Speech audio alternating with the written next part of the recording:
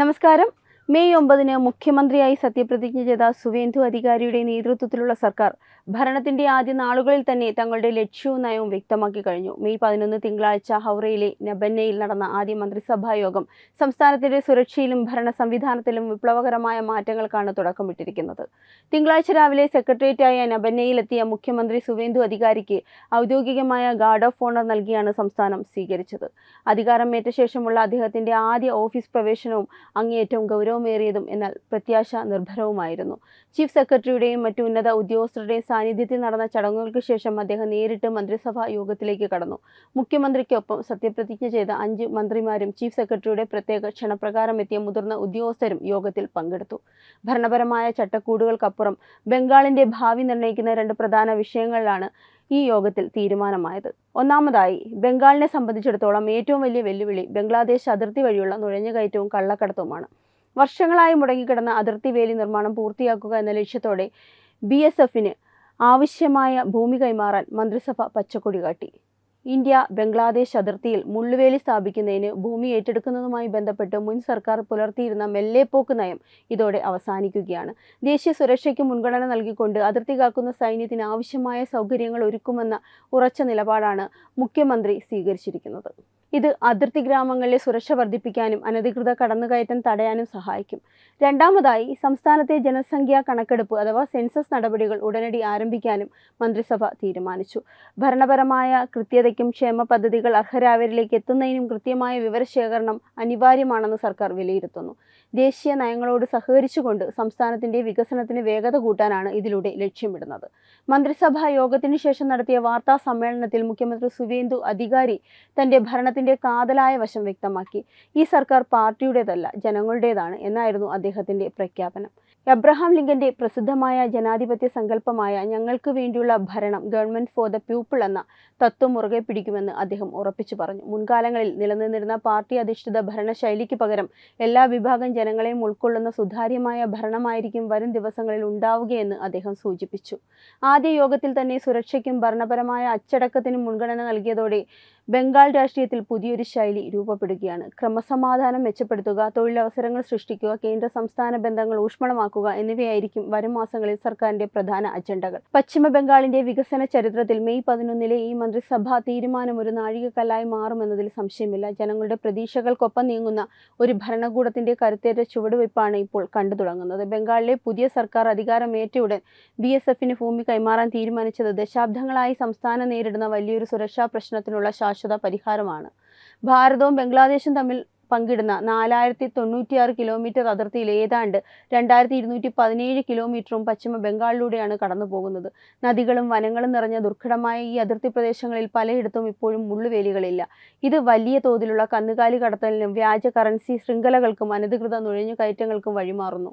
മുൻപ് നിലനിന്നിരുന്ന സംസ്ഥാന സർക്കാരുകൾ ഭൂമി ഏറ്റെടുക്കുന്ന കാര്യത്തിൽ സ്വീകരിച്ചിരുന്ന തണുപ്പൻ മട്ടിലുള്ള നയം കാരണം കേന്ദ്ര ഏജൻസിയായ BSFന് പലപ്പോഴും അതിർത്തി സുരക്ഷാ നടപടികൾ പൂർത്തിയാക്കാൻ സാധിച്ചിരുന്നില്ല. എന്നാൽ സുവേന്ദു അധികാരി സർക്കാർ ആദ്യ യോഗത്തിൽ തന്നെ ഇതിന് അനുമതി നൽകിയതിലൂടെ സീറോ ടോളറൻസ് നയമാണ് പ്രഖ്യാപിച്ചിരിക്കുന്നത്. ഇത് അതിർത്തി കടന്നുള്ള ഭീകരവാദ പ്രവർത്തനങ്ങൾ തടയുന്നതിനും ആഭ്യന്തര സുരക്ഷ ശക്തമാക്കുന്നതിനും വലിയ തോതിൽ സഹായിക്കും. ഇതിനോടൊപ്പം തന്നെ ചേർത്ത് വായിക്കേണ്ട ഒന്നാണ് സംസ്ഥാനത്ത് നടപ്പിലാക്കാൻ പോകുന്ന സെൻസസ് നടപടികൾ. 2021 നടക്കേണ്ടിയിരിക്കുന്ന ദേശീയ സെൻസസ് വിവിധ കാരണങ്ങളാൽ വൈകുകയായിരുന്നു. ബംഗാൾ പോലൊരു സംസ്ഥാനത്ത് ജനസംഖ്യാപരമായ മാറ്റങ്ങൾ വളരെ വേഗത്തിൽ നടക്കുന്നുണ്ടെന്ന റിപ്പോർട്ടുകൾക്കിടയിൽ കൃത്യമായ ഒരു കണക്കെടുപ്പ് അനിവാര്യമാണ്. അനധികൃതമായി കുടിയേറിയവരെ കണ്ടെത്താനും അർഹരായ ഇന്ത്യൻ പൗരന്മാർക്ക് സർക്കാർ ആനുകൂല്യങ്ങൾ ഉറപ്പിക്കാനും ഈ സെൻസസ് സഹായിക്കും.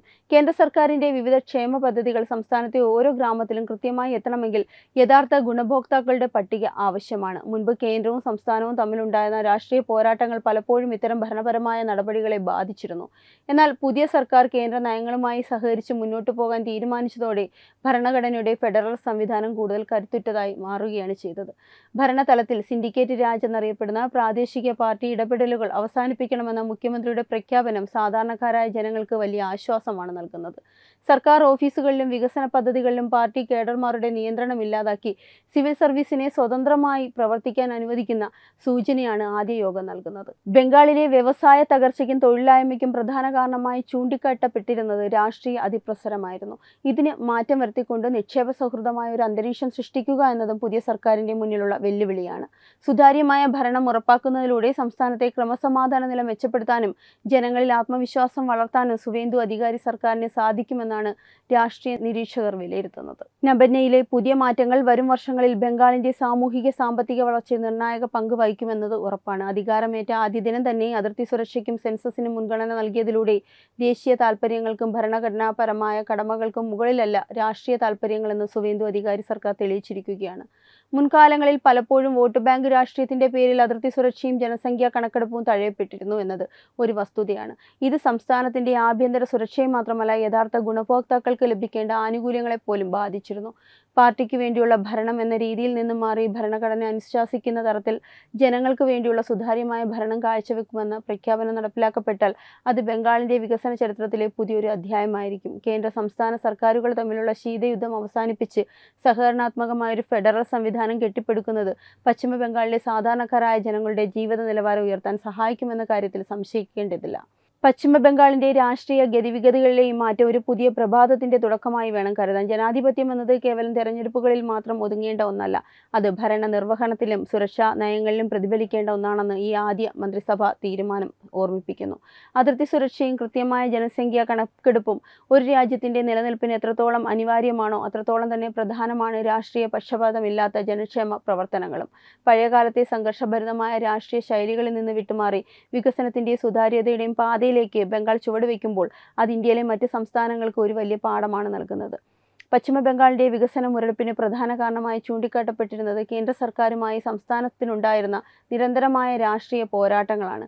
എന്നാൽ പുതിയ സർക്കാർ അധികാരമേറ്റതോടെ ഈ അവസ്ഥയ്ക്ക് വലിയ മാറ്റമാണ് ഉണ്ടാകുന്നത്. കേന്ദ്രത്തിന്റെ പല സുപ്രധാന പദ്ധതികളും പ്രത്യേകിച്ച് കർഷകർക്കുള്ള കിസാൻ സമ്മാൻ നിധിയും ആരോഗ്യ മേഖലയിലെ ആയുഷ്മാൻ ഭാരതവും ബംഗാളിൽ പൂർണ്ണതോതിൽ നടപ്പിലാക്കുമെന്നതിലെ തടസ്സങ്ങൾ നീങ്ങാൻ ഈ ഭരണമാറ്റം വഴിയൊരുക്കും.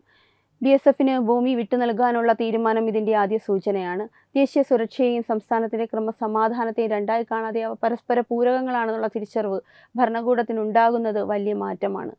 ഇതോടൊപ്പം തന്നെ തടസ്സപ്പെട്ട് കിടക്കുന്ന വൻകിട അടിസ്ഥാന സൗകര്യ വികസന പദ്ധതികൾക്കും ഹൈവേ നിർമ്മാണത്തിനും പുതിയ മന്ത്രിസഭ തീരുമാനം വേഗത പകരും. കേന്ദ്രവും സംസ്ഥാനവും ഒരേ തരംഗദൈർഘ്യത്തിൽ പ്രവർത്തിക്കുന്നത് ബംഗാളിലെ യുവാക്കൾക്ക് കൂടുതൽ തൊഴിലവസരങ്ങൾ സൃഷ്ടിക്കാനും നിക്ഷേപകരുടെ ആത്മവിശ്വാസം വർദ്ധിപ്പിക്കാനും സഹായിക്കുമെന്നത് തർക്കമില്ലാത്ത കാര്യമാണ്.